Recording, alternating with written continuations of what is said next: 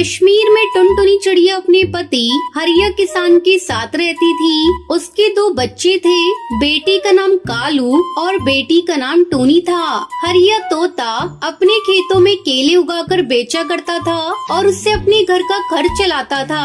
कई सालों बाद इस बार हरिया किसान के खेत में केले की अच्छी फसल हुई थी। केले की अच्छी फसल देखकर टुनटुनी चिड़िया अपने पति से कहती है, सुनिए जी, इस बार ऊपर वाले की कृपा से अच्छी फसल हुई है। इन्हें बेचकर जो पैसे मिलेंगे उनसे हम अपना पक्का घर बनाएंगे और अपने बच्चों का भी अच्छे स्कूल में दाखिला करा देंगे। इस बार हमारे सारे सपने पूरे हो जाएंगे। हाँ, शायद भगवान को हमारी गरीबी देखकर हम पर दया आ गई। इस बार हमारे सिवा किसी की भी केले की फसल अच्छी नहीं हुई। मैं कल ही सारी फसल को ले जाकर शहर में बेच दूंगा। अगले दिन हरिया तोता जब केले की फसल बेचने शहर जाने लगता है, तब टूनी उससे कहती है, पापा आप मेरे लिए शहर से क्या लाओगे? तू ही बता दे, जो तू कहेगी मैं वही लाऊंगा। पापा आप मेरे लिए शहर से एक सुंदर सी गुड़िया लेते आना। और मेरे लिए चाबी वाला बंदर लाना, ठीक है? ठीक है, अब तुम लोग अपने पापा को जाने दो, उन्हें देर हो रही है। हरिया तोता खुशी खुशी अपनी केले की फसल लेकर शहर की मंडी में बेचने के लिए चला जाता है। शहर की मंडी में कई पक्षी अपने अपने केले की फसल बेचने के लिए आए थे। हरिया ये देखकर हैरान हो जाता है कि शहर की मंडी में केले की कीमत बहुत कम मिल रही थी। अब मैं क्या करूं? इस मंडी में केले की कीमत तो बहुत कम है। इतने कम पैसों में हमारा लागत भी नहीं निकलेगा। खाद पानी और हमारी मजदूरी का भी पैसा नहीं मिल रहा। हरिया बिना अपने केले बेचे हुए वापस सारी केले की फसल लेकर घर आ जाता है। ये मैं क्या देख रही हूँ जी? आप तो शहर केले बेचने गए थे, लेकिन आपने केले को बेचा क्यों नहीं? हरिया तोता दुखी मन से सारी बात टुनटुनी चिड़िया को बताता है।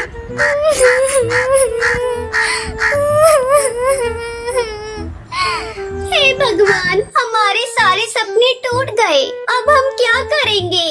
कोई बात नहीं, आप सारे केले को एक कमरे में रख दो। अब से हम लोग इन्हीं केले को खाकर अपना गुजारा करेंगे। इस तरह पूरा परिवार केले खाकर अपने दिन काटने लगी। एक दिन जब टुनटुनी चिड़िया अपनी बेटी को केले खाने को देती है, तो टूनी कहती है, क्या माँ तुम हर दिन हमें केले खाने को देती हो? मुझे आज इन केलों को नहीं खाना। मुझे तो तुम्हारे हाथ की बने हुए केले के चिप्स खाने हैं। हाँ माँ, मैं भी केला चिप्स ही खाऊंगा, वरना भूखा ही रहूंगा। अच्छा बाबा, आज मैं तुम लोगों के लिए केले के चिप्स ही बनाऊंगी। आप खुश? दोनों बच्चे खुश हो जाते हैं। टुनटुनी चिड़िया केले चिप्स बनाने के लिए जाती है। ये क्या? तेल का डब्बा तो बिल्कुल ही खाली है, इसमें तो तेल है ही नहीं। ऐसा करती हूँ, मैं बिना तेल के तवे पर सेक देती हूँ। फिर टुनटुनी केले को बारीक काट कर चिप्स बनाती है। आओ बच्चों, तुम्हारा मनपसंद केला चिप्स तैयार है। दोनों बच्चे केला चिप्स खाते हैं। माँ, आज के केला चिप्स तो पहले से भी ज्यादा स्वादिष्ट है। टुनटुनी भी केला चिप्स खाती है। उसे विश्वास नहीं हो रहा था कि उसने केले की इतनी स्वादिष्ट चिप्स बनाए हैं। वाकई ये चिप्स तो बहुत ही स्वादिष्ट है। ऐसा करती हूँ, मैं कल से ही केले का चिप्स बेचने का काम शुरू कर देती हूँ। हो सकता है इसमें भगवान की कोई इच्छा हो और केले चिप्स बेचकर हम लोग अमीर हो जाएं।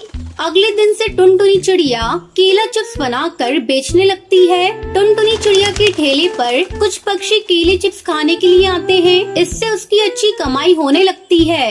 देख लिया जी, ये केले की फसल हमारे बहुत काम आई। अब तो हर सीजन में आप खेत में केवल केले ही उगाइएगा। हमें मंडी में ले जाकर केले की फसल बेचने की अब कोई चिंता नहीं। ये लो कुछ पैसे और दोनों बच्चों को ले जाकर किसी अच्छे स्कूल में दाखिला करा दो। इस साल हरिया किसान अपने खेत में केला उगाता है और टुनटुनी चिड़िया केले से बनी हुई चिप्स बेचकर अपना जीवन खुशी खुशी गुजारने लगी।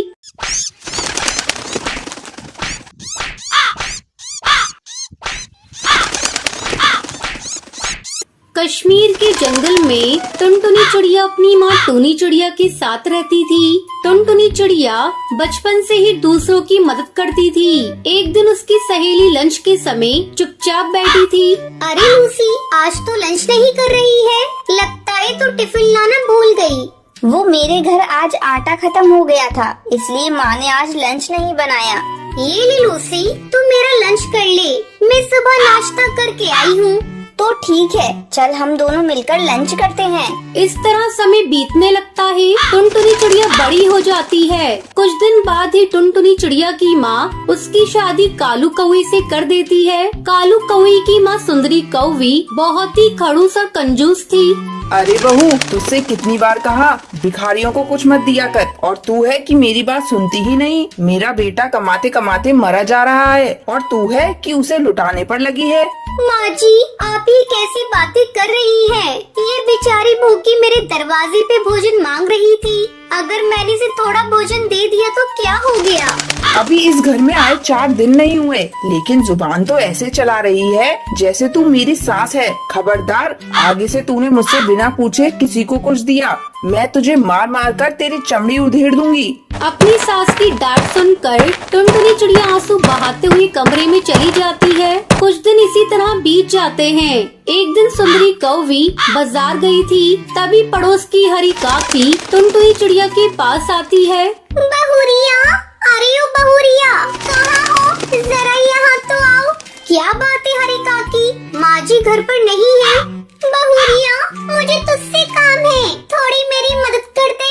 कैसी मदद काकी? क्या बताऊँ बहुरिया, 2 दिनों से मेरा बेटा बीमार पड़ा है, काम पर नहीं गया है, बच्चे भूख से तड़प रहे हैं। अगर तू मुझे थोड़ा सा राशन दे दे तो मैं तेरा ये उपकार जिंदगी भर नहीं भूलूंगी।